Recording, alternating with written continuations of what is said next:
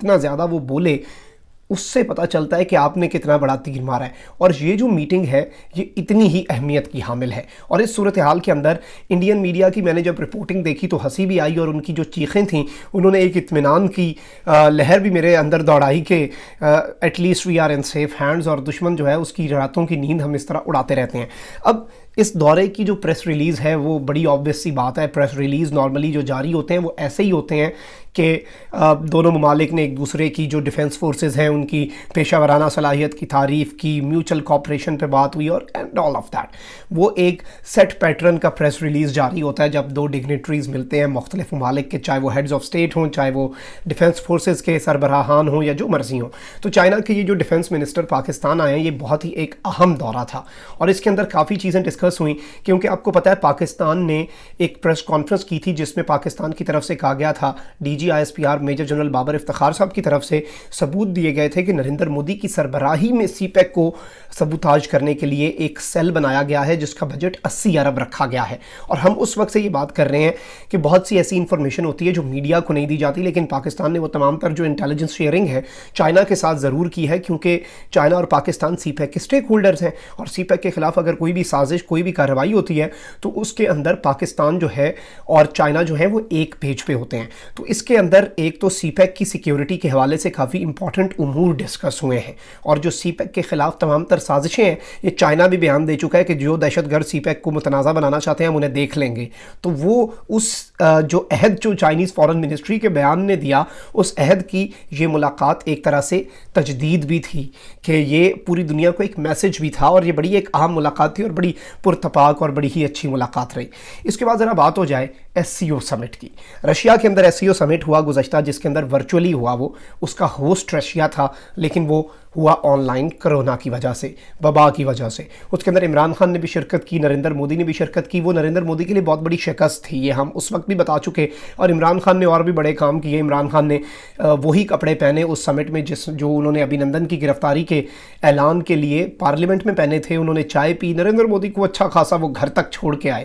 اور اس سمٹ کے اندر بھی انٹرنیشنل میڈیا, بھارتی میڈیا اور پوری دنیا کا میڈیا یہ بولا کہ نریندر مودی آئسولیٹ ہو چکا تھا. چائنا نے پاکستان کی باتوں سے اتفاق کیا, رشیا نے پاکستان کی باتوں سے اتفاق کیا. نریندر مودی کی شکست کیا تھی, نریندر مودی ہارا کس بات پہ, نریندر مودی کو منہ کی کس بات پہ کھانا پڑی, یہ میں آپ کو بتا دیتا ہوں.